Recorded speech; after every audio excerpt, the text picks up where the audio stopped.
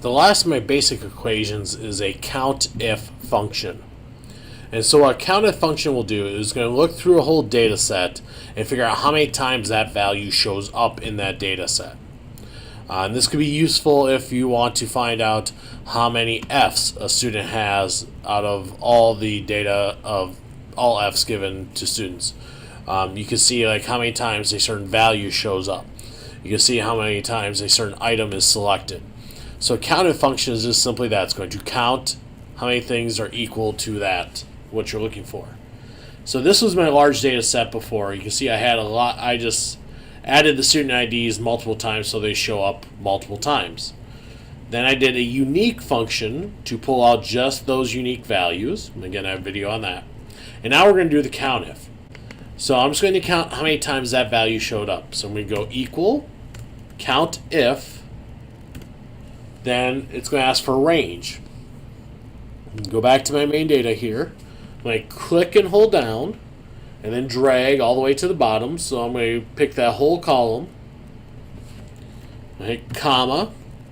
And the criterion. Now in this case here, the way I'm using the value is I want to know how many times that value shows up in that whole data set. And so I can then put my close parentheses and enter. So that value shows up 3 times. Now, let's say I want to apply that for all of these values, see how many times they show up. Now, in order to do that, I need to make my range get fixed. Because if I drag this down, you'll see that this went from B3 to B4, because that's what it does when you drag down an equation.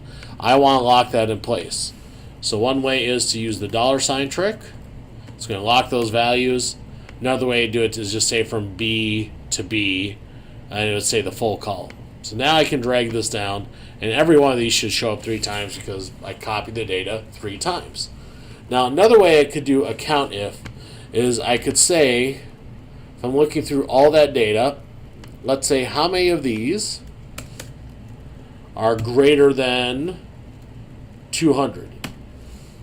And it said error, formula parse error. It's because I have to put in my quotation marks around it. This is why you always look at the example. And 60 of them were above that. And there were 60 data sets. All of them should be above that since they're all 1,000 or more. So you can see how I can use the COUNTIF to look for how many times a specific thing shows up in a data set. Or I could look at for ranges. How many things equal to or greater than, equal to, less than, equal to show up in that data set. So COUNTIF is a very useful equation if you have a lot of data and you just need to know how many times a certain thing happens. The way I've used it is I want to see how many F's did that student get out of a full F list, or how many times was that student teacher requested for an intervention based off our intervention logs.